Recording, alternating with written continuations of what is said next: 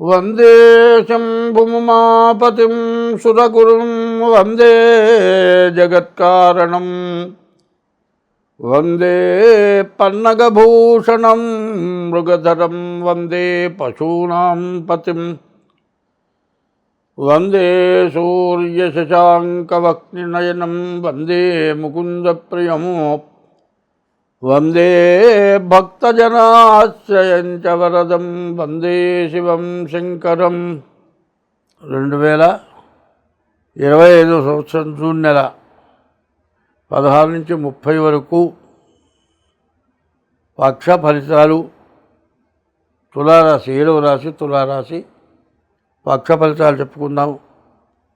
ఈ తులా వృషభయోర్భృగు, శుక్రుడు అధిపతి.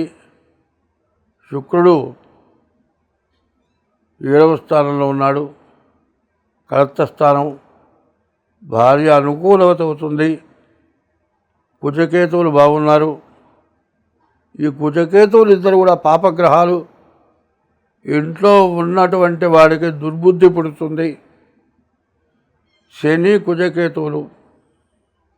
గురువు బాగున్నారు. గురువు అయితే పర్వాలేదు, కానీ భార్య జాగ్రత్తగా ఉంటుంది. కానీ ఆమెకి చిప్పలు వచ్చింది. మరి ఈ రాశి వాళ్ళకి ఒక మహాతల్లి తయారయ్యే లక్షణం కనబడుతుంది. ఆమె చాలా అందంగా ఉంటుంది. అందుకోసమే పెద్దవాళ్ళు చెప్పారు, భార్య రూపవతి శత్రువు అన్నారు. విపరీతమైనటువంటి అందగత్తె శత్రువు అవుతుందట. ప్రతివాడు కూడా ఆ అందగత్తె మీద దృష్టి పడుతుందని భార్య రూపవతి శత్రువు అన్నారు. కానీ రూపవతి అయినా కురూపవతి అయినా కూడా, అందహీనురాలైనా కూడా ఈ సప్తమంలో ఉన్న శుక్రుడు వల్ల మరి చాలా సమస్యలు వచ్చి చాలా ఇబ్బంది కలగటానికి అవకాశం ఉంది. ఎట్లా ఉందంటే అన్నీ ఉన్నాయి, తినడానికి అన్నీ ఉన్నాయి, బాగానే ఉన్నాయి. చక్కగా ఇంట్లో భార్య ఉంది, పిల్లలు ఉన్నారు, రాజభోగిగా బతికే పరిస్థితి ఉంది. ఈమె మీద ఏవగింపు పుట్టిందండి. ఇంకొక అమ్మాయి దొరికింది. అది ఆ అమ్మాయో రాక్షసో తెలియదు. కొన్నాళ్ళు మాత్రం అందగత్తే, మహా అందగత్తె. నిన్ను బాగా అంట గొరుగుతుంది. సర్వస్వం పోయిందాక గొరిగిందాక అది నీతో ఉంటుంది. ఇంట్లో భార్య పోయిందాక అదే లోకం. భార్య వెళ్ళిపోతుంది. మొత్తం గొరిగించి దాన్ని వెళ్ళిపోతుంది. ఇటు భార్య లేదు, అటు అందగత్తె లేదు, ఉండటానికి ఇల్లు లేదు, తినటానికి తిండి లేదు. అంత నీచమైన గతి పడటానికి దగ్గరలో ఉంది. సమయం వచ్చినప్పుడు చాలా జాగ్రత్తగా ఉపయోగించుకోవాలి. ఏం చెప్పారంటే, ఆహారం పట్ల వ్యవహారం పట్ల మొగమాటం పనికిరాదుట. మొగమాటంతో ఉండాలి. ఒకడు అవతల మనిషికి కాకా పడుతుంటే వీడు మెలికలు తిరుగుతూ ఉంటాడు, నేనే అందగాడిని అనుకుంటాడు. మరి శాస్త్రం ఏం చెప్పిందంటే, అదే వీడి పెళ్ళంగా ముండ ఉందిరా అంటారు. అది ముండ కాదు, వీడు ముండ. కాబట్టి వీటి ముండ చేసిపోతుంది. కాబట్టి ఈ రాశివాళ్ళు పరస్త్రీ వల్ల నష్ట కష్టాలు వస్తాయేమని అనుమానంగా ఉంది.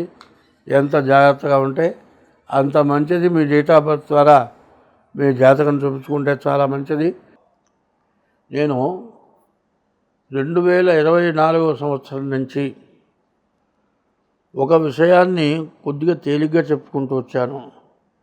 25వ సంవత్సరం మార్చి 30వ తారీఖు సంవత్సరాది రాబోయే ముందు కూడా ఒక విషయాన్ని చెప్పుకుంటూ వచ్చాను. మరి మార్చి 30వ తారీఖు 6 గ్రహాలు షడ్గ్రహ కూటమి చేరుతోంది. దీనివల్ల సమస్యలు, విపరీతమైన సమస్యలు వస్తాయని నేను చెప్పాను, అందరూ చెప్పారు. అయితే ఒక్క విషయం మాత్రం చెప్పాను, అంతర్యుద్ధం. లోపల లోపల ఒక యుద్ధం జరుగుతుంది. ఆ అంతర్యుద్ధం బహిర్యుద్ధం అయితే పబ్లిక్, దాని గురించి ఎదురులేదు. ఉంటే చేసైతే కొట్టుకుందాం, బతికితే బతుకుదాం, చస్తే చద్దాం. అది లోపల బయట ఒకటే. కానీ అంతర్యుద్ధం ఎట్లా ఉంటుందంటే బయట కనపడదు, లోపల జరుగుతుంది. లోపల ఆలోచన వేరు, బయట ప్రవర్తన వేరు. దీనివల్ల జనానికి విపరీతమైన సమస్యలు ఉన్నాయి. ఏంటి ఆ సమస్య అంటే, పనిచేసేవాడు, బాధ్యతగా పనిచేసేవాడికి